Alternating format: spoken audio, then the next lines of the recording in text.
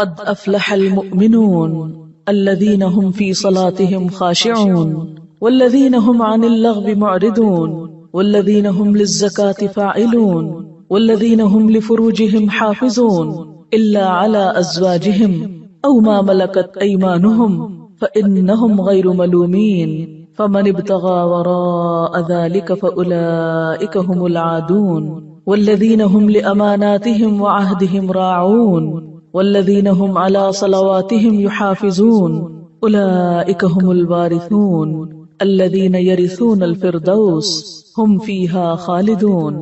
یقیناً فلاح پائی ہے ایمان لانے والوں نے جو اپنی نماز میں خشوع کا طریقہ اختیار کرتے ہیں، لغویات سے دور رہتے ہیں، زکوٰۃ کے طریقے پہ عامل ہوتے ہیں، اپنی شرمگاہوں کی حفاظت کرتے ہیں سوائے اپنی بیویوں کے اور ان عورتوں کے جو ان کی ملک یمین میں ہوں کہ ان پر محفوظ نہ رکھنے میں وہ قابل ملامت نہیں ہے، البتہ جو اس کے علاوہ کچھ اور چاہیں وہی زیادتی کرنے والے ہیں، اپنی امانتوں اور اپنے عہد و پیمان کا پاس رکھتے ہیں اور اپنی نمازوں کی محافظت کرتے ہیں، یہی لوگ وہ وارث ہیں جو میراث میں فردوس پائیں گے اور اس میں ہمیشہ رہیں گے۔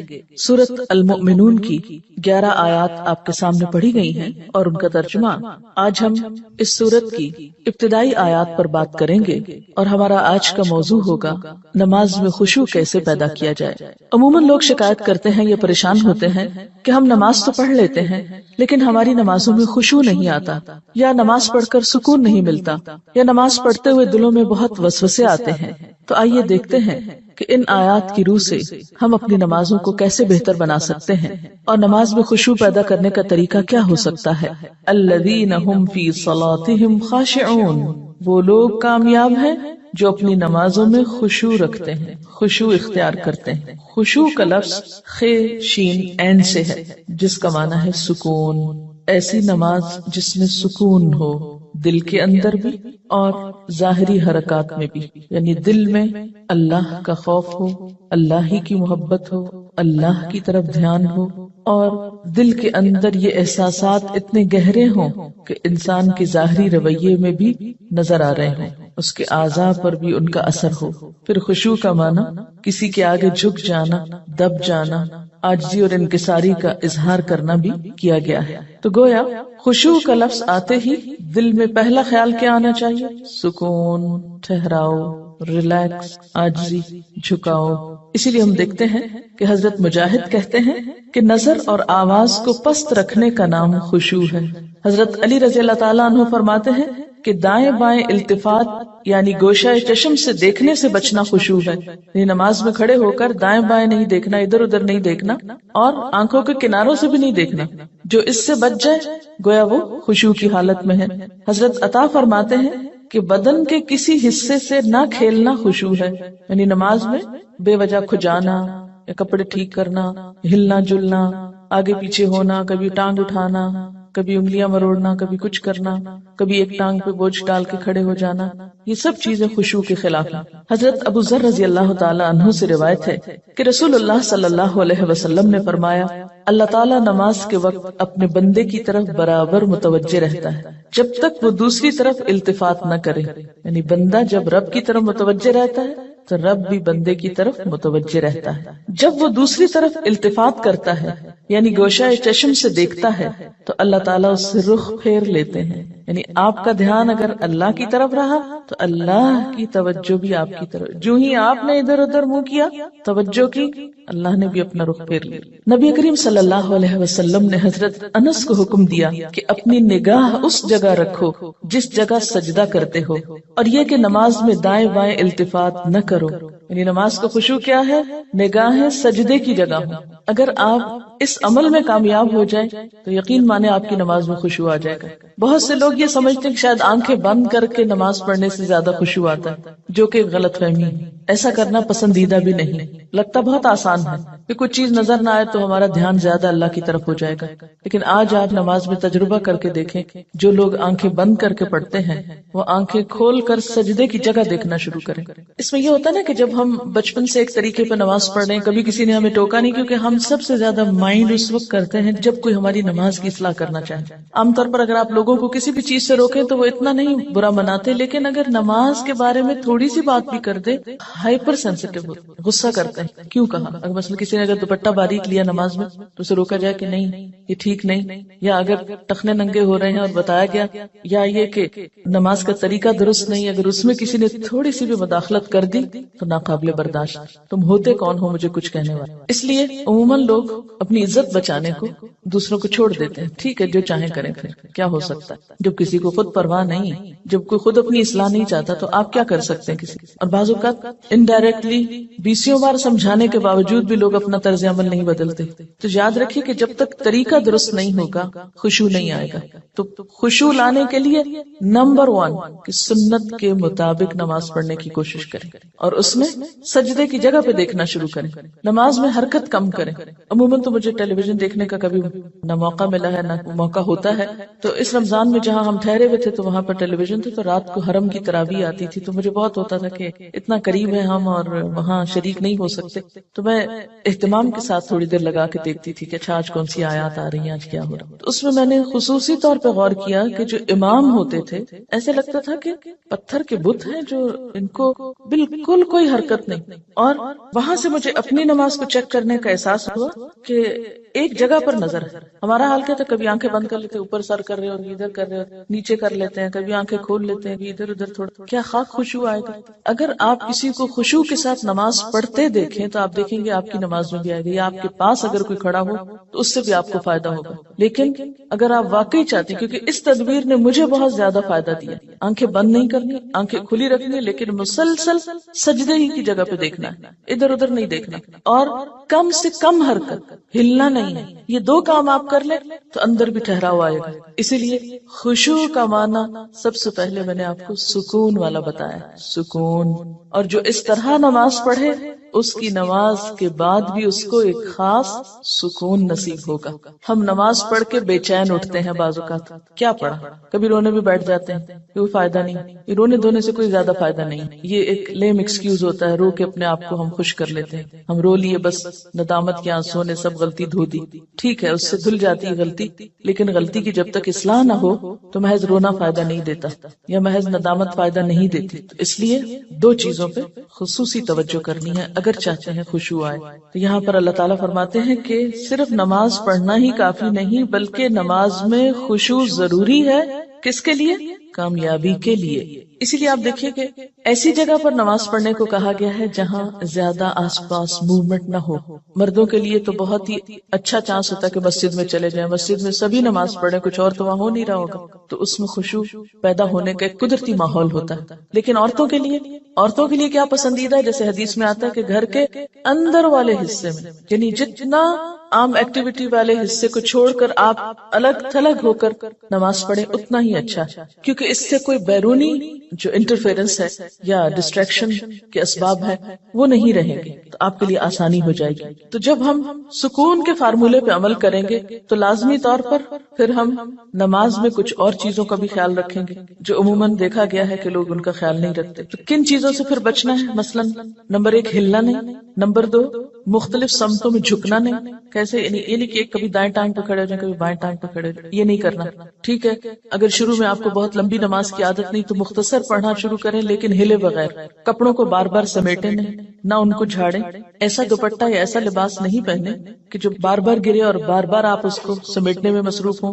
پھر اسی طرح جائے نماز کو درست طریقے پہ بچھائیں، یہ نہیں کہ نماز کے بیچ میں ہی آپ اسے ٹھیک کرنا شروع کر دیں. ایسی جائے نماز پہ کھڑے مت ہو کہ جو ہر دفعہ میں اکٹھی ہو جائے اور ہر دفعہ میں آپ اس کو سیدھا کر رہے ہیں. پہلے جو کھجور کے درختوں کے پتے ہوتے تھے ان کے جو جائے نماز ملتے تھے، اگر آج آپ کو میسر ہو اور اس پر نماز پڑھنے کی کوشش کریں تو آپ دیکھیں گے خشوع میں اضافہ ہوگا. ان کو ایک نیچرل میٹ ہوتا ہے نا، اس کی اپنی ایک خوشبو بھی ہوتی ہے اور وہ اکٹھا نہیں ہوتا، اور اس پر آپ کے ہاتھ پاؤں سب جم جاتے ہیں. یہ جتنی مخملی جائے نمازیں آ گئی ہیں اتنی ہی نماز میں خشوع ختم ہو گئی. کبھی پاؤں پھسل رہے ہوتے ہیں، کبھی ہاتھ پھسل رہے ہوتے ہیں. جس چیز پر آپ نماز پڑھتے ہیں اس کو بھی درست کرنے کی ضرورت ضرورت ہے، وہ بھی مددگار ہے۔ اسی لیے آپ صلی اللہ علیہ وسلم نے نماز کے وقت سامنے نقش و نگار اور جائے نمازوں کے اوپر نقش و نگار اور ان چیزوں کو ناپسند کیا ہے، کیونکہ یہ بھی نماز میں خلل انداز ہوتے ہیں۔ پھر اسی طرح تن کے بھی نہیں کھڑے ہونا چاہیے، یعنی بہت اکڑ کے نہیں کھڑے ہوں، بلکہ نارمل نیچرل ریلیکس طریقے سے کھڑے۔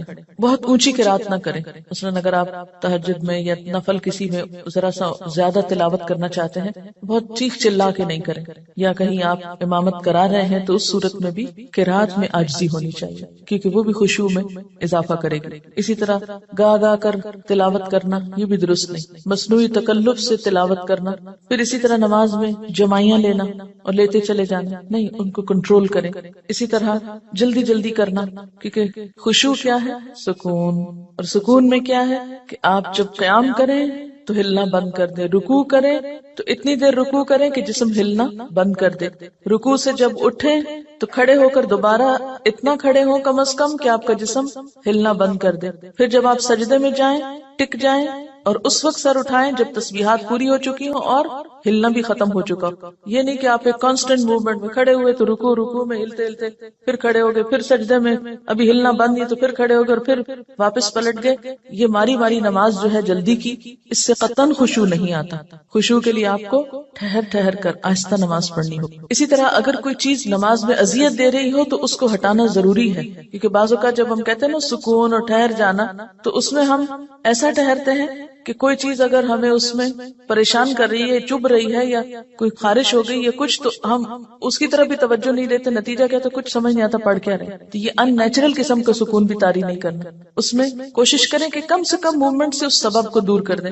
مثلا اگر کہیں خارش ہوئی ہے تو ایک ہاتھ سے بس اس جگہ ہلکا سا دبا کے خارش کر دیں، یہ نہیں کہ ہلا ہلا کے خارش شروع کر دیں، یا کہ بالوں کو سمیٹنا شروع کر دیں، یا بالوں سے کھیلنا، یا کپڑوں سے، یا بعض لوگ جیسے مرد حضرات حرم میں نماز پڑھ رہے تھے نا، تو وہ مختلف لوگوں کو دیکھ کے آپ اندازہ کر سکتے ہیں کہ کون کس طرح پڑھ رہا ہے نا، اور اس سے اپنے آپ کو کمپیئر کرتے ہیں کہ جب میں ایسی حرکت کروں تو میں بھی تو یہی لگتی ہوں۔ بعض لوگ داڑھی سے کھیل رہے ہوتے ہیں، بعض اوقات بال ٹھیک کر رہے ہوتے ہیں، بعض لوگ کپڑا ہی ٹھیک کرتے چلے جاتے ہیں۔ تو یہ ساری چیزیں جو ہیں ہل جل کی، یہ نماز کی خشوع میں اثر انداز ہوتی ہیں۔ پھر ایک اور مرحلہ ہے اور وہ ہے اندر کے خیالات اور سوچوں کا۔ بہت سے لوگ اس پر پریشان ہوتے ہیں۔ اگر آپ اس طریقے پہ عمل کریں گے، سجدے والی جگہ پہ دیکھنا ذرا شروع کریں، آپ دیکھیں گے خیالات کم ہو جائیں گے۔ بہرحال ہر شخص کا اپنا اپنا حساب ہو سکتا ہے، مجھے اس سے بہت فائدہ ہوا ہے، کیونکہ اللہ کے رسول صلی اللہ علیہ وسلم کی کوئی بات بھی حکمت سے خالی نہیں۔ تو خیالات دو طرح کے ہوتے ہیں، ایک ہوتا ہے خیالات کا آنا اور ایک ہوتا ہے خیالات کا لانا۔ آنے والوں کو تو آپ روک نہیں سکتے، پاسبل ہی نہیں، اور ایک ہوتا ہے خود انوائٹ کرنا، کسی کو بلانا، دعوت دینا، اس کو آپ بہرحال کنٹرول کر سکتے ہیں۔ اب جو بن بلائے آ جاتے ہیں ان کو آنے دیں، ان کو آپ اگنور کر دیں، کیونکہ ہمارا دماغ ایسی چیز ہے کہ جو کانسٹنٹلی کام کرتا ہے، رکتا نہیں ہے۔ آپ سو رہے ہوں تب بھی وہ خوابیں دیکھتا رہتا ہے، آپ جاگ رہے ہوں، آپ کسی سے بات کر رہے ہوں تو ضروری نہیں کہ آپ کی پوری توجہ وہاں ہو۔ بہت دفعہ ایسا ہوتا ہے کہ بات کرتے ہوئے آپ کا دھیان وہاں بھی ہوتا ہے اور کہیں اور بھی ہوتا ہے۔ تو ان تمام چیزوں پر جو خیالات تو خود بخود آ رہے ہیں وہ آتے رہیں گے، اس کو نہیں آپ روک سکتے۔ مثلا کانوں کے اوپر تو آپ کیا کرتے ہیں، ہاتھ رکھ سکتے ہیں، آنکھوں کو بند کر سکتے ہیں، زبان بند کر سکتے ہیں، لیکن دماغ کے خیال کا کیا کریں؟ کوئی ڈھکنا نہیں دے سکتے، کوئی سوئچ نہیں آف کر سکتے، وہ تو خدا نخواستہ آف ہوا تو پھر تو گئے، آن نہیں ہو سکتا پھر۔ اب یہ بڑی مشکل ہے، اس لیے ان کے پیچھے نہ پڑے، ان کو زیادہ سوچے نہ، ان کو اہمیت نہ دے، ان کو اپنے اوپر حاوی نہ ہونے دے، ان کا تذکرہ نہ بہت زیادہ کرے۔ کہ کچھ لوگوں کو میں نے دیکھا وہ ہر ایک کو لے کے بیٹھ جاتے ہیں، میں کیا کروں، میرے تو خیال بہت آتے ہیں نماز میں۔ کسی کے پاس کوئی جادو کی چھڑی نہیں کہ جو ایک آپ کو لگائے گا اس وقت اور آئندہ آپ کے خیالات نہیں آئیں گے، اس لیے آپ ان کا تذکرہ زیادہ نہ کریں، just take it easy, normal لیں، تو ہوتا ہی ہے تو آئیں گے، لیکن یہ نہ کریں کہ کوئی ایک خیال آ گیا ہے تو پھر اس کے آگے اور سوچیں، مثلاً اپنے کاموں کی پلاننگ وہاں کھڑے ہو کے شروع کر دیں۔ اور فرض نمازوں میں ایسا نہیں ہو سکتا، ایسا نہیں کیا جا سکتا۔ نفل میں اگر ہو جائے، جیسے حضرت عمر رضی اللہ تعالیٰ عنہ جو فوجوں کو ترتیب دینی ہوتی تھی تو نفل نماز شروع کر دیتے، تو نوافل کی حد تک ٹھیک ہے لیکن فرض میں نہیں۔ پھر آپ دیکھیں کہ اگر آپ بدل بدل کے صورتیں پڑھیں گے، قرآن پاک کا کچھ حصہ ساتھ ساتھ یاد کرتے رہیں گے، تو آپ دیکھیں گے کہ اس سے بھی فرق پڑتا ہے، چینج سے یکسوئی آتی ہے۔ مثلاً ایک جگہ آپ کھڑے ہیں یا ایک جگہ آپ کام کر رہے ہیں تو بعض اوقات آپ کام نہیں کر پاتے اور بار بار آپ کو خیالات تنگ کرتے ہیں. اپنی پڑھائی کے دوران بھی آپ نے دیکھا ہوگا آپ تھوڑی سی پوزیشن چینج کر لیتے ہیں, جگہ بدل لیتے ہیں, اٹھ کے جا کے پانی پی کے آ جاتے ہیں کچھ, تو اس سے پھر فرق پڑ جاتا ہے. اسی طرح اگر آپ تلاوت یعنی قرآن پاک کا وہ حصہ جو نماز میں پڑھ رہے ہیں اگر آپ اس کو تبدیل کرتے رہیں تو فائدہ ہوگا. اس کے لیے طریقہ کیا ہو, کیونکہ آپ نے دیکھا ہوگا کچھ قرآن پاک آپ نے یاد کیا پھر وہ آپ کو بھولنے لگا, کوئی صورت اگر کچھ دن تک نہیں پڑھی اگلے دن نماز میں پڑھنے کھڑے ہوئے وہ اٹکنا شروع ہو گیا, آپ نے تنگ آ کے چھوڑ دی. ایسی چیزیں بہت نیچرل ہوتی ہیں. اس کا علاج کیا ہے, پاکٹ سائز کا چھوٹا سا قرآن پاک کا نسخہ جو ہے وہ نماز کے وقت میں قریب رکھ لیں. میں نے ایک باسکٹ سی بنائی ہوئی, تو آپ کیا کریں, دعاؤں کے کارڈز, تسبیح اور جو قرآن پاک کا نسخہ, اگر آپ چشمہ لگا کے پڑھتے ہیں تو چشمہ, یہ ساری ضروری چیزیں جو ہیں اس کے اندر موجود, وہ آپ اپنے بیڈ روم میں, اپنے وارڈ روم میں کہیں ایک جگہ پر اس کو رکھ لیں. جو ہی نماز پڑھنے لگے جائے نماز بچھائی اور اٹھا کے وہ ٹوکری پاس رکھ لی. اچھا سنت پڑھ لی آپ نے, اب آپ نے ارادہ کیا کہ میں آج فلاں سورت پڑھوں گی اور آپ کو بھولی ہوئی ہے یا آپ سمجھتے ہیں کہ آپ کو یاد دہانی کی ضرورت ہے, کئی کئی جگہ ہوتے ہیں وہ شبے پڑ جاتے ہیں, تو آپ کیا کریں, شروع کرنے سے پہلے ایک سیکنڈ کے لیے ان جگہوں پر دیکھ لیں, اس کو پھر رکھ لیں, پھر آپ نماز پڑھیں. آپ انشاءاللہ وہ سورت بہتر طور پر پڑھ پائیں گے. جب آپ پڑھیں گے تو آپ دیکھیں گے کہ آپ کی واقعی نماز میں خوشی پیدا ہوگی, کیونکہ کچھ عملی تدابیر بھی ہوتی ہیں کہ یکسوئی والی جگہ ہو لیکن ساتھ ایسی چیزیں موجود ہوں. مثلا اگر آپ نوافل پڑھ رہے ہیں اور آپ تھک گئے ہیں بیچ میں, تو بجائے اس کے اپنے اوپر زور زبردستی کر کے پھر کھڑے ہو جائیں, آپ بیچ میں تھوڑا بیٹھ بھی سکتے ہیں, یا یہ کہ سلام پھیر کر آپ دعاؤں کا کارڈ نکالیں, کچھ دعائیں پڑھ لیں, اس میں آپ ریلیکس بھی ہو جائیں گے اور ساتھ یہ ہے کہ دعائیں بھی مانگی جائیں گی اور اگلے دو نفل جو ہیں وہ زیادہ یکسوئی کے ساتھ پڑھے جائیں گے. تو اس طرح کی کچھ عملی تدابیر جو ہیں وہ آپ کی نماز کو اچھا کر دیں. اسی طرح اگر ماحول کو تھوڑا اور خوشگوار بنائیں, مثلا یہ کہ جا نماز کے اوپر اگر آپ تھوڑا سا عطر لگا لیں, یا یہ کہ آپ جھاڑ پٹک کے رکھیں, کچھ عرصے بعد اس کو دھو لیں, صاف کر لیں, تو یہ جو پاکیزگی اور صفائی کے جو مرحلے ہیں نماز کے ساتھ, لباس کے علاوہ, جسم کے علاوہ جگہ کی صفائی, اس سے بھی نماز میں خشوع آتا ہے. کیونکہ اگر آپ ایسی جگہ پہ نماز پڑھیں جو اسمیلی ہے یا جہاں گھٹن ہے یا جہاں کوئی آکسیجن نہیں ہے, تو اس سے بھی کیا ہوگا کہ آپ کو ایک دم جمائیاں آنے لگیں گی, آپ کو نیند آنے لگے گی, آپ کے اندر ایک بیزاری کی کیفیت ہوگی. تو ہمیشہ جب کوئی مسئلہ پیش آئے تو صرف رونا دھونا نہ کیا کریں. ہم رونا دھونا کر کے, واویلا کر کے یہ سمجھتے ہیں کہ مسئلہ حل ہو جائے گا, جو کہ ہو سکتا ہی نہیں. واویلا کرنا کسی مسئلے کا حل نہیں, اس کو تو اپنی زندگی سے نکال دیں, جو میں نے دیکھا کہ خواتین میں زیادہ ہی ہے, اور اس سے ہم مار کھاتے ہیں.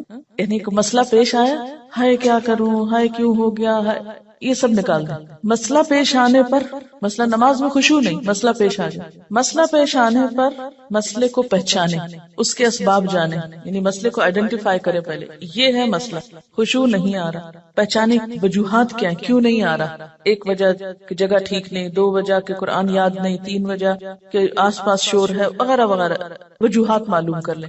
اور ایک ان سب وجوہات سے بڑی وجہ کہ نماز پڑھنے کے ٹھیک طریقہ نہیں آتا, الفاظ کی ادائیگی درست نہیں نماز کی, تو وہ ہر وقت ایک گلٹ ہے اندر, پتہ نہیں ٹھیک پڑھ رہی ہوں کہ نہیں, ٹھیک پڑھ رہی ہوں کہ نہیں. یہ جب تک یہ گلٹ رہے گی نماز میں خوشی نہیں آئے گی. اس گلٹ کو دور کریں. اگر آپ کو مثلا اتحیات پڑھنا نہیں آتا, دروشی پڑھنا نہیں آتا, سیکھ لیں کسی سے, بالکل شرم محسوس نہیں کریں, جتنا جلدی ہو سیکھ لیں. کیونکہ اگر درست علم ہوگا تو آپ دیکھیں گے کہ اس سے بھی آپ کو سکون آ جائے گا.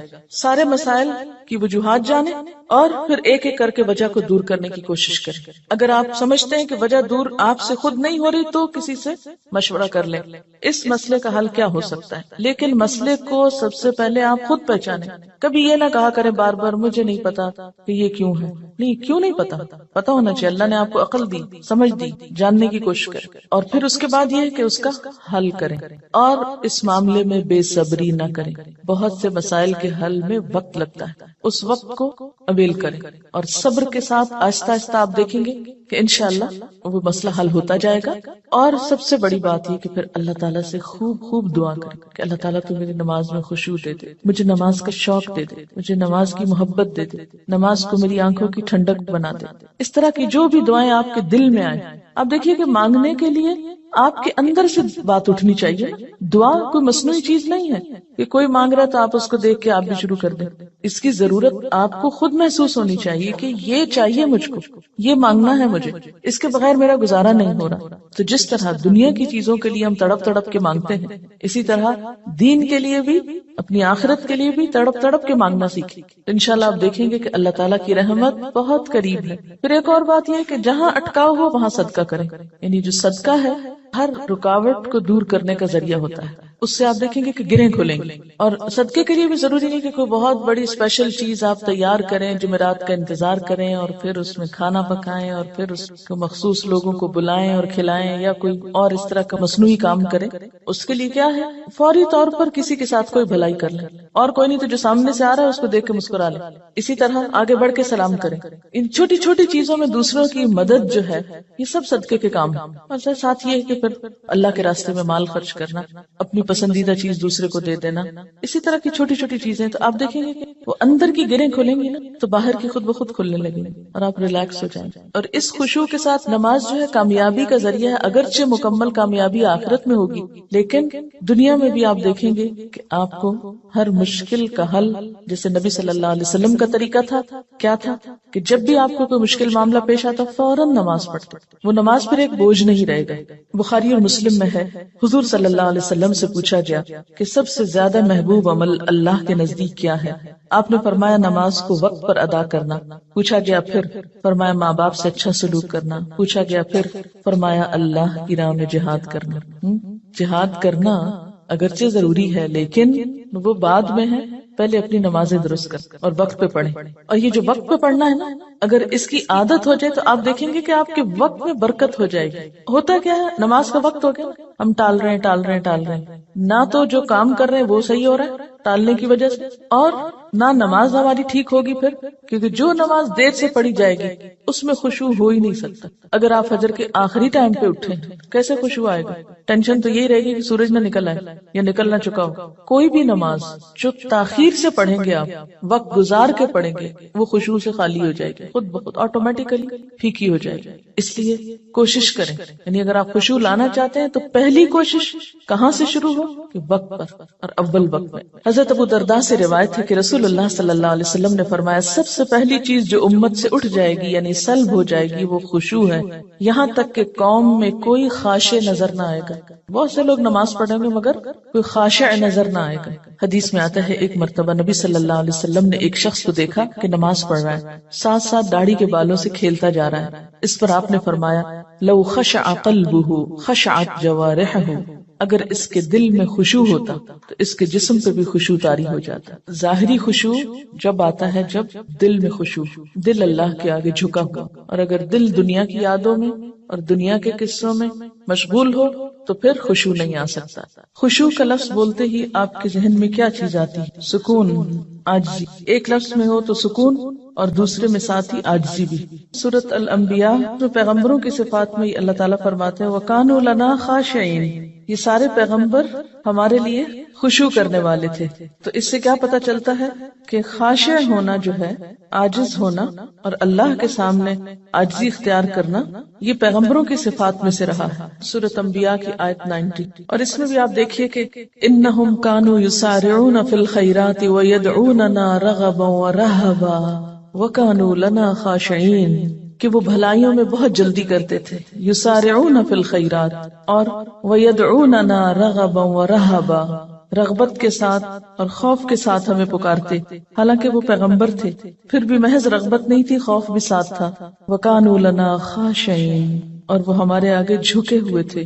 تو اس سے یہ پتہ چلتا ہے کہ نماز کے اندر خشوع صرف نماز میں ہی جھکنے کا نام نہیں، یا صرف نماز کی حد تک عاجزی اختیار کرنے کا نام نہیں، بلکہ اس کے علاوہ عام روزمرہ زندگی میں بھی یہ اخلاق پیدا ہونا چاہیے، یا عام روزمرہ زندگی میں بھی ہمارے اندر یہ کردار پیدا ہونا چاہیے. اب جب سکون کی بات ہوئی کہ کانوا لنا خاشعین، اور خشوع کا معنی اگر سکون کیا جائے اور عاجزی کیا جائے تو عملی زندگی میں کہاں کہاں یہ نظر آئے گا اور کس کس طرح ہوتا ہے کہ جب ہم نماز میں لطف اٹھاتے ہیں، تو ایک نماز کا اچھا پڑھنا آئندہ کی نماز کے لیے خود بخود انتظار کی کیفیت پیدا کر دیتا ہے، کیونکہ آپ نے اس کو انجوائے کیا ہوتا ہے. اور اگر ایک نماز آپ نے خراب پڑھی تو اس کے بعد دل پہ بوجھ پڑتا ہے، اس بوجھ سے گلٹ آتی ہے، اور پھر انسان کہتا ہے کیا فائدہ، پتہ نہیں پچھلی کا کیا بنا، اب اگلی کیا پڑھوں. بس وہ ایک پھر ڈگمگانے کی اور کشمکش کی کیفیت پیدا ہو جاتی. تو ہر نماز اپنی جگہ اہم ہے، اور ہر نماز کے اندر ایسی کوشش ضروری ہے جو اگلی نماز کے لیے ایک تیاری بن جائے، یا ایک گراؤنڈ پریپیئر کر دے، یا اس کے لیے ایک بنیاد بن جائے. وہ خشوع صرف نماز میں ہی تو نہیں رہتا نا. نماز میں کیفیت طاری ہوئی، اس کے بعد آپ عام زندگی میں لوگوں سے معاملہ کر رہے ہیں، تو اب اس میں کچھ کنٹینیوٹی ہونی چاہیے نا. ٹھیک ہے اس لیول کی تو نہیں، لیکن اس کا اثر زندگی کے دوسرے معاملات پر بھی پڑنا چاہیے، کیونکہ نماز جو ہے یہ ہماری پوری شخصیت کو ریفارم کرتی ہے، اس کی اصلاح کا سبب بنتی. نماز کے اندر کی کیفیات باہر پر اثر انداز ہوتی، ٹھہراؤ آنے لگتا ہے نا. کسی کا کمنٹ ہے، 2 چیزیں اگر ہم خود میں پیدا کر لیں تو دین کے کام میں آسانی ہو جاتی ہے: ہر ماحول میں پرسکون بیٹھ کر دیکھنا، اور ہر عادت اور طبیعت کے لوگوں سے ملنا اور نارمل رہنا. یہ ہے وہ تاثیر جو نماز کی خشوع سے آپ کے معاملات پہ پڑتی ہے. یہ لکھتی ہے کہ 2-3 مواقع جن کا مجھے تجربہ ہوا. ایک تو یہ کہ قریبی رشتہ دار کے انتقال پہ جانا ہوا. کچھ بتانے کی کوشش کی لیکن ایک معتبر خاتون نے سختی سے خاموش کرا دیا. میں نے اپنا قرآن لیا، پڑھتی رہی، سوچتی رہی اور واپس آ گئی. سوئم پہ گئی تو کتاب میرا جینا میرا مرنا ساتھ لے گئی. خالی صفحات پہ اپنا پیغام ہمدردی لکھا، اور یہ کہ جو بھی یہ کتاب پڑھے دوسروں کو بتائے اور مرنے والے کے لیے مغفرت کی دعا کرے. یہ چھوڑ کر آ گئی، یعنی میسج کے ساتھ کتاب. 2 مہینے بعد فون آیا ان کی بہو کا کہ جو بھی لوگ دوسرے شہروں سے آئے ہیں میں نے پڑھ کر کتاب سنائی ہے، ہر کوئی کتاب کا مطالبہ کر رہا ہے. جتنی کتابیں انہوں نے مانگی بھجوا دی. لے جانے والے نے بتایا کہ ہر کوئی یہ کتاب لینا چاہ رہا ہے، اور میری بیوی ہر ایک کو کتاب سناتی. کام ہو گیا. اگر یہ اس معتبر خاتون کی بات نہ مانتی اور اس وقت الجھ پڑتی تو اس صبر کا یہ جو پھل ملا ہے یہ نہ ملتا. کہتے نا صبر کا پھل میٹھا ہوتا ہے. اس وقت تو بہت سخت تکلیف سے گزرتا ہے انسان، اور ہم عام طور پر جھلا اٹھتے ہیں کہ نہیں مجھے تبلیغ کا موقع نہیں ملا اور اتنا اچھا موقع چلا گیا. ایک تو یہ کہ اللہ تعالیٰ کے فیصلوں کو اگر قبول کرنا آ جائے نا ہمیں تو زندگی پر لطف ہو جائے. موقع مل گیا الحمدللہ، نہیں ملا تو اس میں بھی کوئی مصلحت ہوگی ضرور. میں اس حال پہ بھی راضی. میں نے کوشش کر لی، اگر چانس نہیں ملا کوئی بات نہیں، لیکن کوشش نہیں چھوڑی. جب ہم جھلا اٹھتے ہیں اور اپسیٹ ہوتے ہیں تو اس میں نقصان کیا ہوتا ہے کہ ہم پازیٹیولی کام کرنا چھوڑ دیتے ہیں، کوشش ترک کر دیتے ہیں. جب کوشش چھوڑتے ہیں تو اگلا نیکی کا موقع ختم ہو جاتا ہے. اور کوشش پر آمادہ رہنا اور صبر کی کیفیت بھی دراصل خشوع سے آتی، کیونکہ نماز بھی تو صبر کا نام ہے نا. یعنی آپ نے بولنا نہیں، آپ نے ادھر ادھر نہیں دیکھنا، آپ نے ہلنا نہیں. میں تو سمجھتی ہوں کہ ہلنے سے رکنا سب سے بڑا صبر ہے نماز کا. ورنہ باقی جتنی بھی کیفیات آتی ہیں نا ان سب کو ہم ہل جل کے وہ بیلنس کر لیتے ہیں. یعنی نیند آئی ہے، اونگ آئی ہے، اور کوئی بوریت ہوئی ہے کچھ، تو وہ ہل کے آگے پیچھے کر کے جھوم جھام کے آنکھیں بند کر کے تھوڑا ریلیکس کر کے، تو وہ جو کیفیت طاری ہونی چاہیے تھی وہ ہونے نہیں دیتے. ان کا ایک اور تجربہ ہے، لکھتے ہیں کہ اسی تجربے کے بعد، یعنی جس تجربے کا انہوں نے پیچھے ذکر کیا ہے، جب 2-3 منٹ ملے کچھ نہ کچھ کارڈ پر لکھ کر رکھ لیتی ہوں. چونکہ یہ پریکٹیکل ٹپس ہے نا تبلیغ کی، اس لیے میں اس کو آپ سے شیئر کرنا چاہتی ہوں. اور جہاں جاؤں لے جاتی ہوں. اس وقت نہ بھی لوگ پڑھیں تو بعد میں ضرور پڑھتے ہیں. اب مثلاً نے بنایا کہ وما قدر اللہ حق قدرہ، اللہ تعالیٰ کا شکوہ، اور اندر لکھا ہوا ہے اللہ تعالیٰ کا بندوں سے شکوہ، اور نہیں انہوں نے قدر کی اللہ کی جیسا کہ حق ہے اس کی قدر کرنے کا. فرمایا میں اور جن و انس عجیب معاملے میں ہیں. پیدا میں کرتا ہوں، عبادت کسی اور کی، رزق میں دیتا ہوں، احسان مند کسی اور کے، صحت اور قوت میں دیتا ہوں، شکر گزار کسی اور کے. اب یہ شرک کی نفی کا ایک پیغام ہے. تو اسی طرح اگر آپ کہیں پر بھی ہیں اور گفتگو شروع ہوتی تو آپ کیا کہہ کے انٹروڈیوس کرائیں گے؟ یہ کارڈ ہے میں نے بنایا، مجھے یاد بہت اچھی لگی، آپ بھی پڑھ کے دیکھیں. بہت اچھے انداز میں، ہلکے پھلکے انداز میں. لیکن اگر آپ کے اپنے بیگ میں کوئی چیز نہیں دینے کو، محض باتیں ہی ہیں، تو وہ شاید اتنی افیکٹو نہ ہو. اور یہ جہاں رہ جائے گا، جہاں کوئی پڑھے گا، کچھ نہ کچھ ضرور سوچے. اور ایک چھوٹا سا ہلکا سا میسج ہے جس میں کچھ خرچ بھی نہیں آتا. آنکھیں کھول کے جو نماز پڑھنا ہے، اگر اس پر غور کیا جائے تو نماز اصل میں کیا ہے؟ اللہ تعالیٰ سے ملاقات ہے. اگر کسی سے ملاقات کے وقت آپ آنکھیں بند کر لیں تو اسے دیکھ کر کیا محسوس ہوگا؟ یعنی ذرا امیجن کریں نا کہ آپ کسی سے مل رہے ہیں اور کوئی شخص آپ کو دیکھ ہی نہیں رہا، یا سر نیچا اس طرح کیا ہوا ہے کہ کوئی اس کے ساتھ آپ کا کانٹیکٹ فیل ہی نہیں ہو رہا. تو اسی طرح اگر ہم اللہ تعالیٰ کے آگے کھڑے اور آنکھیں بند کر کے کھڑے، اور آپ یقین کیجئے کہ جو ہی آپ آنکھیں بند کرتے نا تو آپ اپنے خیالوں میں خود بخود کھونے لگتے ہیں. وہ ایک ریلیکسیشن کی کیفیت ہوتی ہے نا فوراً. حتیٰ کہ میں نے یہ تک تجربہ کیا ہے کہ اگر میں نے سجدے پر نگاہ اگر کانشیسلی نہیں رکھی, ذرا سی نگاہیں پھیری تو یوں لگا جیسے گئے. یعنی اگر غور سے سجدے کی جگہ کو فالو کیا جائے تو اس کا ایفیکٹ اور ہے.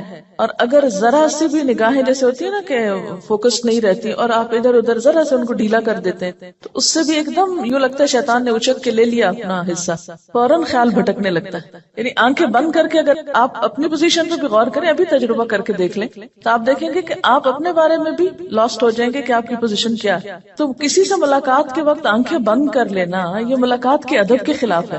تو اللہ تعالیٰ کے سامنے جب انسان کھڑا ہو تو ایک اچھے حال میں کھڑا ہو. انسان کے اندر جب بے سکونی ہوتی ہے تو انسان پھر سکون لغویات میں تلاش کرتا ہے, پھر وہ لغو کی طرف مائل ہوتا ہے. لیکن جب اپنے ذات کے اندر ٹھہراؤ آ جاتا ہے, سکون آ جاتا ہے, تو پھر کیا ہوتا ہے, انسان کو ایسی چیزوں سے دلچسپی نہیں ہوتی, اس کا اس میں پھر دل ہی نہیں لگتا. نماز میں جب آپ سجدے کی جگہ پر دیکھتے ہیں تو اس میں آپ کا جو اپنی پوزیشن ہے وہ بھی بہت بیلنسڈ ہو جاتی ہے. نہ تو آپ بہت زیادہ سر جھکا بیٹھتے ہیں, نہ آپ سر زیادہ اٹھا سکتے ہیں. یعنی بالکل ایک صحیح اینگل پہ آپ جا کے ادب اور احترام کے ساتھ کھڑے ہوتے ہیں. انسان کے اندر اللہ نے یہ رکھا ہے عبادت کا جذبہ اور جھکنے کا, لیکن انسان کی جو انا ہے اور سرکشی ہے وہ اس کو ختم کر کے رکھ دیتی ہے. اصل میں نماز میں ایک طرح سے وہ آپ کی ایکسرسائز ہو رہی ہوتی ہے نا, سکون سے کام کرنے کی بھی, کیونکہ موجودہ دور کی جو زندگی ہے اس میں ہر طرف حرکت ہی حرکت ہے, شور ہی شور ہے, ہنگامہ ہے.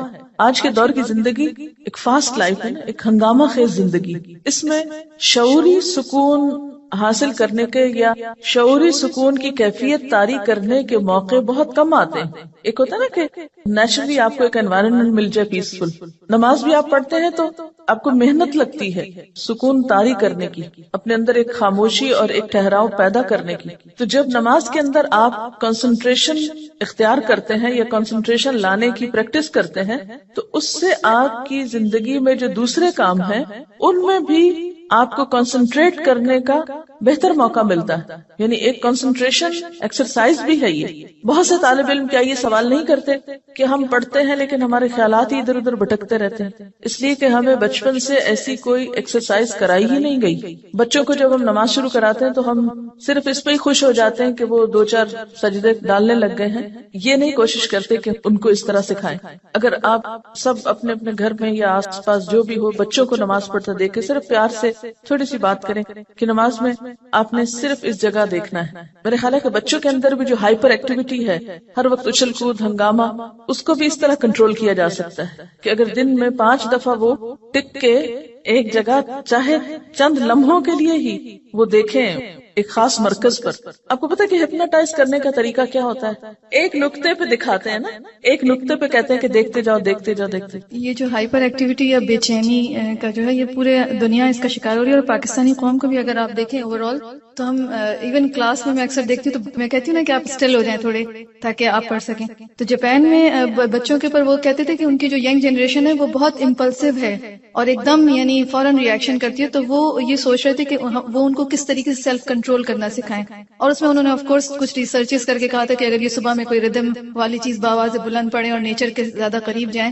اور میں یہ سوچ رہی تھی کہ اللہ سبحانہ تعالیٰ کتنی خوبصورتی سے ایک سیلف کنٹرولنگ کا کتنا خوبصورت ایک اکوپمنٹ دے رہے ہیں, ایک اسٹریٹجی دے رہے ہیں کہ بس یہ اگر کریں, اور تلاوت ہے اور پھر فوکس ہے ایک فوکل پوائنٹ پہ. اور اگر اس طریقے سے بچوں کی تربیت کی جائے تو نو ونڈر کہ انشاءاللہ اگلی جنریشن جو ہے وہ تو کم از کم سکون والی ہے, اور جو امپلسو بیہیویئرز ہیں وہ نہ ہو پائیں. خشوع کا اثر ہمارے باہمی قریبی تعلقات پر بھی پڑنا چاہیے. قریبی رشتہ داروں, دوستوں, ملنے جلنے والوں سے معاملہ کرتے وقت ہمارے اندر عاجزی, انکساری, سکون اور خشوع کا مظاہرہ ہونا چاہیے.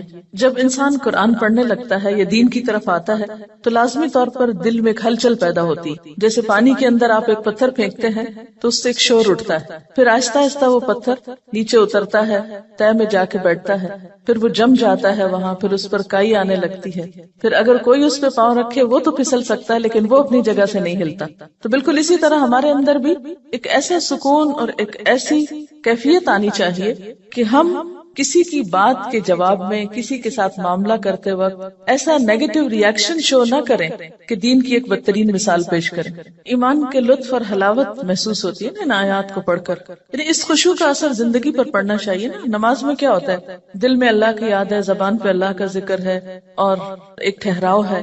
تو بالکل اسی طرح نماز کے بعد بھی جب ہم زندگی کے عام معاملات اختیار کرتے ہیں تو اس میں بھی ہمارے دل میں اللہ کی یاد ہونی چاہیے، خاموش لمحات میں اس کا ذکر ہونا چاہیے، اور اس کے علاوہ ہمارے پوری شخصیت کے اوپر ایک ٹھہراؤ نظر آنا چاہیے. یعنی یہ سکون ہمارے چہروں پر، ہماری چال میں، ہمارے معاملات میں، ہماری ہر چیز میں محسوس ہونا چاہیے. تب ہم اسلام کے صحیح نمائندے ہوں گے. پیس یعنی ایک اپنے آپ کو ٹیسٹ کرنے کا مقام بھی ہے یہاں پر. افلاح اور فلاح میں کامیابی دنیا اور آخرت دونوں کی ہے. تو دنیاوی اعتبار سے کامیابی کا مطلب یہ نہیں ہے کہ ہم دنیاوی اعتبار سے کسی بہت بڑے اسٹیٹس کے حامل ہو جائیں. اصل کامیاب انسان وہ ہے کہ جس کے اپنے اندر سکون اور جس کی زندگی میں ایک خاص قسم کا وقار ہے. وہ کہیں پر بھی ہے، من پسند حالات میں ہے یا ناپسندیدہ حالات میں ہے، لیکن وہ ٹھہرا ہوا ہے. طوفان آ رہا ہے، آندھی آ رہی، کچھ آ رہا ہے، وہ ٹھہرا ہوا ہے، وہ پرسکون ہے، اس میں ایک جماؤ ہے. یہ ہے دراصل کامیابی. یعنی آخرت کی کامیابی تو کل پتہ چلے گی، لیکن آج اپنے آپ کو ٹیسٹ کر کے دیکھیں کہ کیا یہ کیفیت پیدا ہو رہی ہے. اس میں پھر آپ دیکھیں گے اس کا اثر آپ کی گفتگو پر بھی پڑے گا، آپ کے معاملات پہ پڑے گا، لین دین پہ پڑے گا، حتیٰ کہ لسننگ کی ہیبٹ جو ہے اس پر بھی پڑے گا کہ ہم سکون سے سنیں گے. ورنہ کیا ہوتا ہے، آدھی بات سنتے ہیں اور آدھی بات سننے سے پہلے ہی جواب بھی شروع کر دیتے ہیں، اور یہاں سے معاملات میں گڑبڑ اور جھگڑے شروع ہو جاتے ہیں، اور سنانے والے کو چپ کرانا پڑتا ہے کہ ایک دفعہ سنو. تو اس سے پتہ چلتا ہے نا کہ ایک شخصیت میں گہرائی پیدا ہوتی ہے، شیلونس ختم ہوتی. جو گہرا برتن ہوتا ہے تو اس میں اگر پانی ہو تو جتنا بھی آپ اس کو ہلائیں چھلکائیں، جتنے بھی اس کو جھٹکے لگائیں، کیا ہوتا ہے؟ باہر نہیں آتا، وہ اندر ہی اچھل کے اندر ہی بیٹھ جاتا ہے. لیکن جب شیلو برتن ہوتا ہے، کم گہرا ہوتا ہے، تو تھوڑا سا پانی بھی اس کے اندر نہیں ٹک کے رہتا، فوراً باہر چھینٹے آتے ہیں. خشوع کے ساتھ پھر روب بھی آتا ہے. حضرت عیسیٰ علیہ السلام کے بارے میں آتا ہے نا کہ وجیہن فی الدنیا والآخرہ، تو پھر وہ ایک وجیح شخصیت جو ہے وہ جنم لیتی. اب آپ دیکھیں کہ اتنی ساری صفات ہیں، سب سے پہلے خشوع کا ذکر کیوں آیا؟ کیونکہ اگر یہ پیدا ہو گیا تو باقی چیزیں خود بخود پیدا ہوتی جائیں گی. نماز میں اگر وہ خاشع ہے تو عملی زندگی میں جتنی بھی ٹیمپٹیشنز ہیں، جتنی بھی ڈسٹریکٹ کرنے والی چیزیں ہیں، ان سے وہ بچنے کی صلاحیت ان کے اندر پیدا ہو گئی. اسی لیے لغو سے بھی اعراض کر رہے ہیں، کیونکہ اگر نماز میں خشوع نہیں تو لغو سے بچا نہیں جا سکتا. پھر جب لغو سے بیزاری ہوتی ہے تو کچھ کرنا تو ہے، اس لیے ہم للزکاۃ فاعلون، تزکیہ کے کاموں کی طرف ان کی سرگرمیاں بڑھ جاتی ہیں، اچھائی اور بھلائی اور خیر کے کاموں میں سرگرم ہو جاتے ہیں. پھر ان کی خاص ذاتی زندگی میں بھی بہت طہارت اور پاکیزگی ہے، پاک دامنی ہے، حیا ہے، باوجود اس کے کہ معاشرے کے اندر حرام طریقے موجود ہیں سیٹسفیکشن کے، لیکن وہ ان سب سے اجتناب برتتے ہیں، اور جس چیز کو اللہ نے ان کے لیے جائز اور حلال قرار دیا وہ اسی سے جم کے رہتے ہیں. کیونکہ صبر ہے نا، جس شخص کے اندر خشوع نہ ہو، صبر نہ ہو، وہ صرف حلال تک پھر رہ ہی نہیں سکتا. اس کی نگاہ بھی خیانت کرے گی، اس کا دل بھی خیانت کرے گا. اسی لیے آپ دیکھیں گے پھر آگے امانت اور عہد کی پابندی، امانت اور عہد کا پاس رکھنا، امانتوں کی ادائیگی جو ہے اس میں بھی آپ دیکھیں گے کہ ٹھہراؤ کی ضرورت ہے.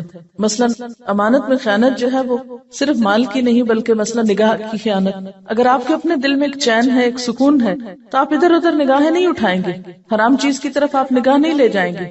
اتفاق سے چلی بھی جائے تو واپس لے آئیں گے، حلال پہ روک لیں گے. گفتگو میں خیانت، اس سے بھی بچ جائیں گے، کیونکہ ٹھہراؤ ہے اندر تو سوچ کے بات کریں گے. جب اندر ہی ٹھہراؤ نہیں تو جو منہ میں آیا بولتے چلے جائیں گے. پھر اسی طرح طبیعت میں قناعت پیدا ہوتی، جو قناعت ہوگی تو کسی کے مال سے دلچسپی نہیں ہوگی. کسی نے امانت رکھی اس کی طرف بھول کے بھی خیانت کا خیال نہیں آئے گا. پھر امانت میں یہ چیز بھی ہے کہ جو چیز اپنے لیے پسند کرو وہی دوسرے کے لیے، جیسے المستشار مؤتمن، مشورہ جس سے لیا جائے وہ امانت دار ہوتا ہے. جس کے اپنے اندر ٹھہراؤ ہوگا وہی دوسرے کو اچھا مشورہ دے گا، دوسرے کے لیے خیرخواہی اور بھلائی کے جذبات رکھے گا.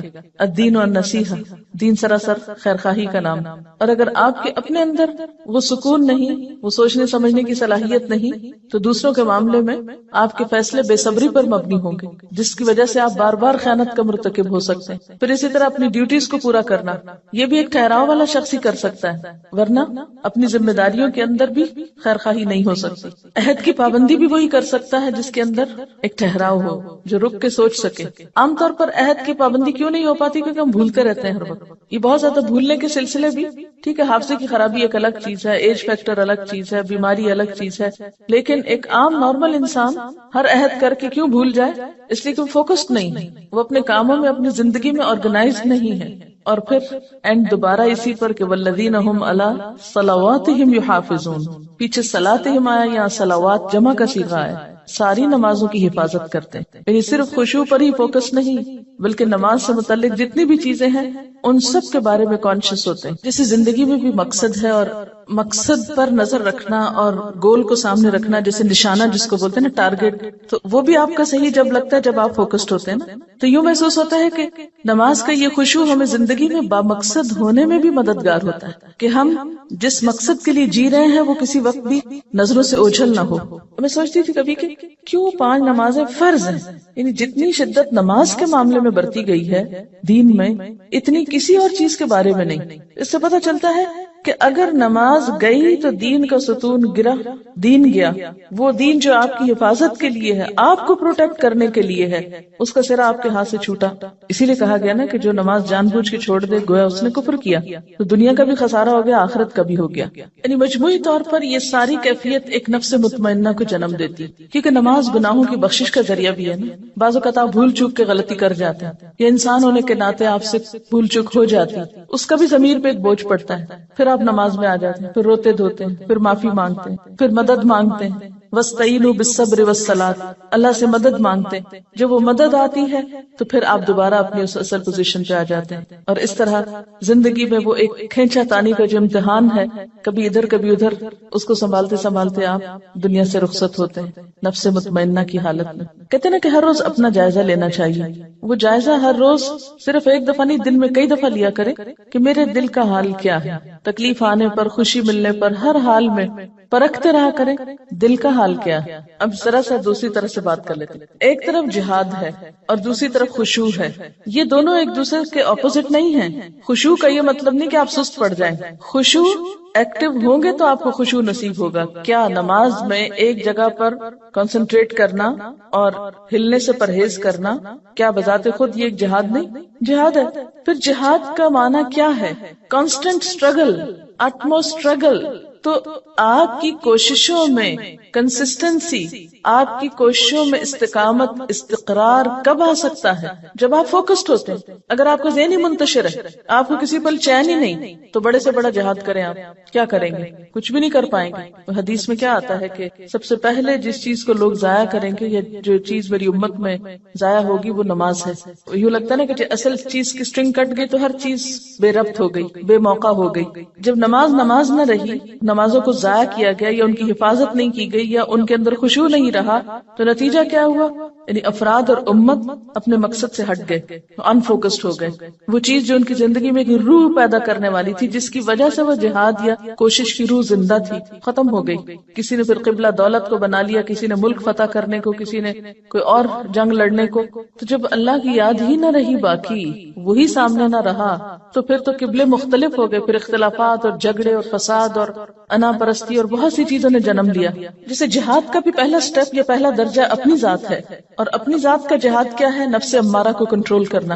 نماز بہترین طریقہ ہے نفس امارہ کو کنٹرول کرنے کا، اگر صحیح طریقے پہ پڑھی جا رہی. نفس امارہ کی خواہشات میں کیا کچھ آتا ہے، ان سب چیزوں سے پرہیز ضروری ہے نماز کے اندر. تو وہ ایک مسلسل ٹریننگ ہے آپ کی. دیکھیں کہ ایک مومن کی ٹرو پکچر سامنے آتی ہے. اس کے اندر تو خشوع ہے لیکن باہر ایکٹیو. باہر وہ مجاہد نظر آتا ہے اور اندر سے ٹھہرا ہوا ہے. اندر سے آپ گڑے ہوئے ہوں گے، ٹھہرے ہوئے ہوں گے تو ہی باہر آپ کام کر سکیں گے. اگر اندر بھی ہل جل ہے تو باہر سستی آ جائے گی. یہ اندر کا سکون اور باہر کی ایکٹیویٹی ایک بیلنس قائم کرتی ہے شخصیت میں. اگر اپوزٹ ہو جائے تو نقصان، اور اگر دونوں میں سکون آ جائے تو نقصان.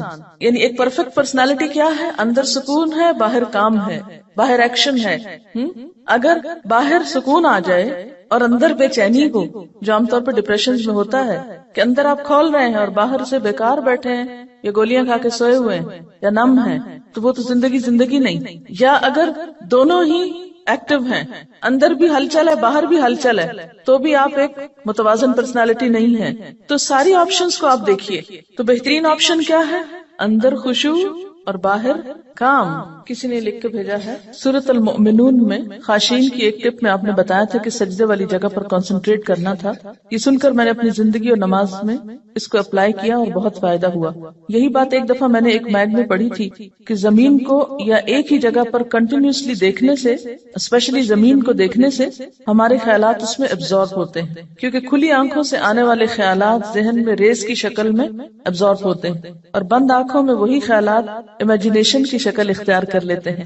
تو آنکھیں کھلی رکھنا بے حد ضروری ہے. یعنی بعض لوگ کہتے ہیں نا کہ آنکھیں بند کر کے زیادہ ہمیں خشوع ہوتا ہے، وہ امیجنیشن میں انسان چلا جاتا ہے، اور کھلی آنکھوں سے جب آپ کنسنٹریٹ کرتے ہیں تو اس میں خشوع زیادہ پیدا ہو سکتا ہے. حقائق سے آنکھیں بند تو نہیں کر سکتے نا آپ، حقائق کو کھلی آنکھوں سے سامنے رکھتے ہوئے آپ فوکس کریں. یہ کسی نے سوال لکھا ہے کہ does it mean we don't feel fear or are apprehensive for any or in any situation? یعنی اس کا مطلب یہ ہے کہ اگر ہم خشوع اختیار کریں تو کبھی زندگی میں ہمیں کوئی ہمارے اوپر بے چینی یا کوئی ایسی کیفیت آ ہی نہیں سکتی، یا ہمیں کوئی خوف محسوس نہیں کرنا چاہیے. نہیں، وہ ایک قدرتی بات ہے.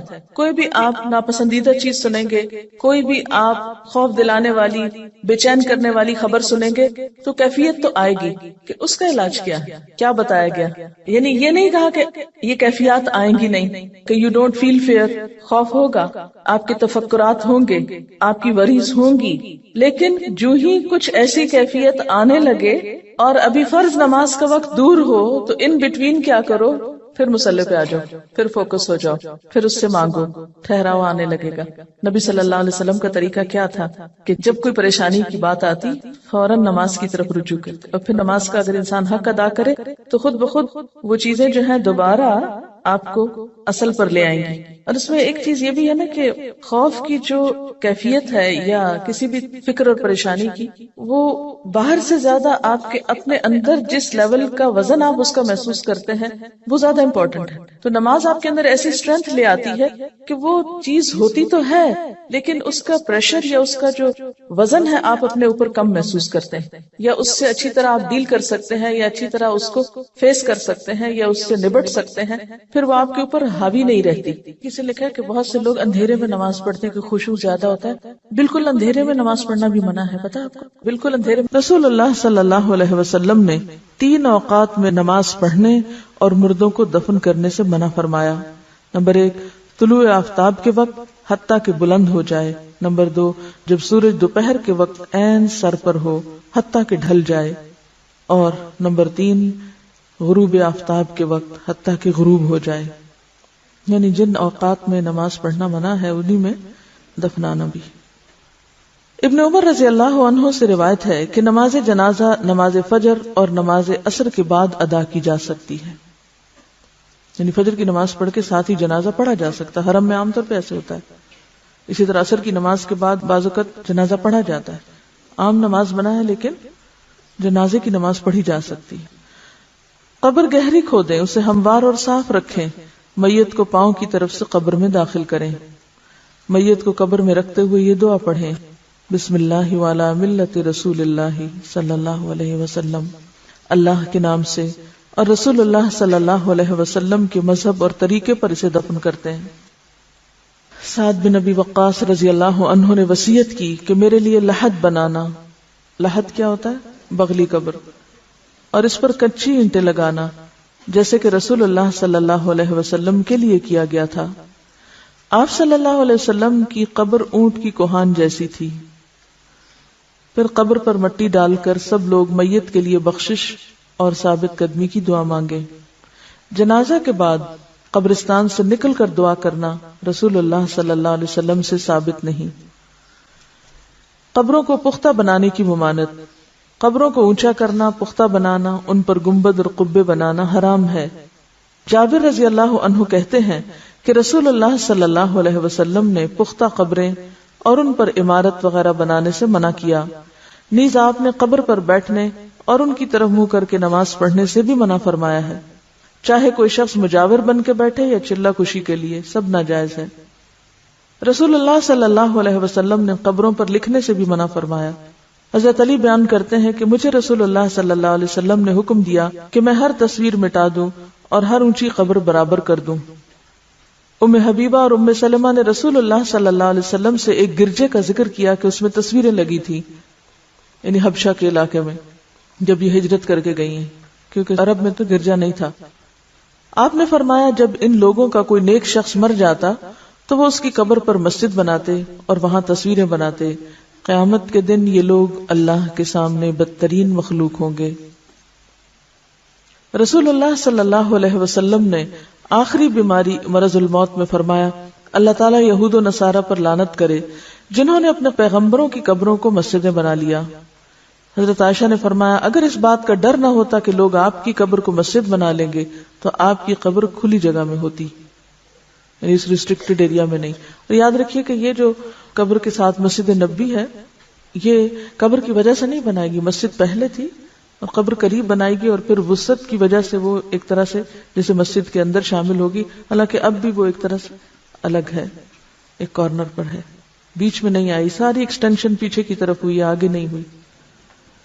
رسول اللہ صلی اللہ علیہ وسلم نے فرمایا میں نے تمہیں قبروں کی زیارت سے منع کیا تھا، اب تم ان کی زیارت کیا کرو۔ ایک روایت میں ہے قبروں کی زیارت موت یاد دلاتی ہے۔ شیخ البانی فرماتے ہیں نبی صلی اللہ علیہ وسلم نے قبروں کی زیارت کرنے والی عورتوں پہ لعنت کی، مگر اس کے بعد آپ نے اجازت دے دی تو اس میں مرد عورت دونوں شامل ہیں۔ آپ صلی اللہ علیہ وسلم ایک ایسی عورت کے پاس سے گزرے جو قبر پر بیٹھی رو رہی تھی، آپ نے اسے اللہ سے ڈرنے اور صبر کرنے کا حکم دیا۔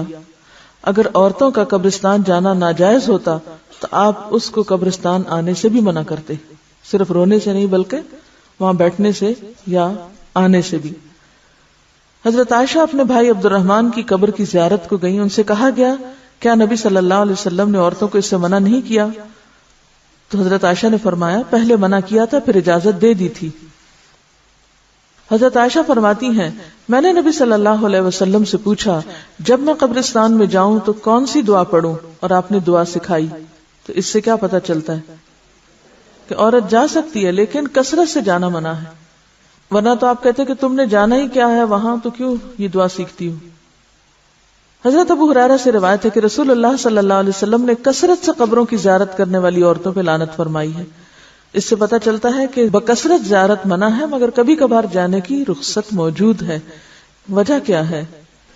آپ صلی اللہ علیہ وسلم فرمایا فزوروها فانها تزهد الدنيا وتذكر الاخرہ، ان کی زیارت کیا کرو کیونکہ یہ دنیا سے بے رغبتی کرواتی ہے انسان کو اور آخرت کی یاد دلاتی ہیں۔ رسول اللہ صلی اللہ علیہ وسلم نے فرمایا مردوں کو برا نہ کہو، جو اعمال انہوں نے کیے تھے وہ انہیں مل گئے۔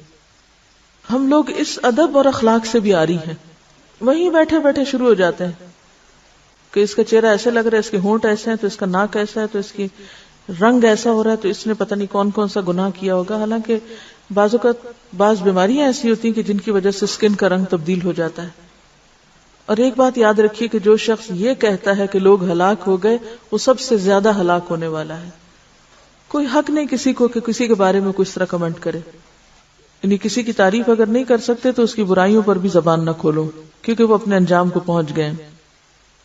زیارت قبور کی دعائیں، جو شخص قبروں کی زیارت کرنے جائے تو وہ یہ دعا پڑھے السلام علی اہل الدیار من المؤمنین والمسلمین ویرحم اللہ المستقدمین منا والمستأخرین وإنا انشاء اللہ بکم للاحقون۔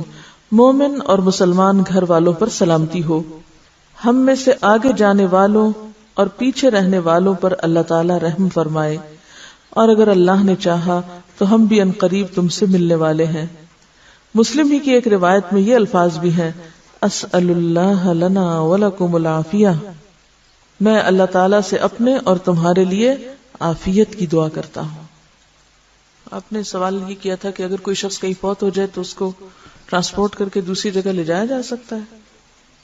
پسندیدہ تو یہی ہے کہ جہاں کوئی فوت ہو وہیں دفن کرے، کیونکہ زمین تو ساری اللہ کی ہے، کیونکہ ظاہر ہے کہ کسی مردے کو ٹرانسپورٹ کرنا آسان کام نہیں، الا یہ کہ کہیں کوئی مسلمانوں کا قبرستان نہیں یا کوئی جگہ نہیں مل رہی تو دوسری جگہ لے جا کے دفن کر دیں، لیکن کتنا خرچ اٹھتا ہے اس پہ۔ مجھے یاد ہے کہ ایک زمانہ تھا کہ جب انگلینڈ میں رہنے والے مسلمان تقریباً سارے مردوں کو پاکستان روانہ کرتے تھے اور اس کے لیے باقاعدہ فنڈ ریزنگ کرتے، چندے اکٹھے کرتے اور ہزاروں پاؤنڈ اس پہ خرچ کرتے تھے. میرے خیال میں اگر وہیں پر قبرستان کا انتظام کر لیتے، جب اپنے گھر انہوں نے وہاں بنائے ہوئے ہیں تو مردوں کے لیے پاکستان ہی کیوں، ان کو بھی وہیں چھوڑ دیں. اسی پیسے سے اگر ہر کوئی اپنے اس مردے کے نام پہ ایک ایک اسکول اپنے گاؤں میں بنوا دیتا تو کتنے بچوں کی تعلیم کا انتظام ہو جاتا اور اس مردے کے لیے بھی صدقہ جاریہ ہوتا. ہم بعض اوقات غیر ضروری جگہوں پر مال خرچ کرتے ہیں، حالانکہ اس سے بہتر مقامات اور مواقع موجود ہوتے ہیں جن پہ اگر تھوڑا سا غیر جذباتی ہو کے سوچا جائے تو بہت فائدہ ہو سکتا ہے.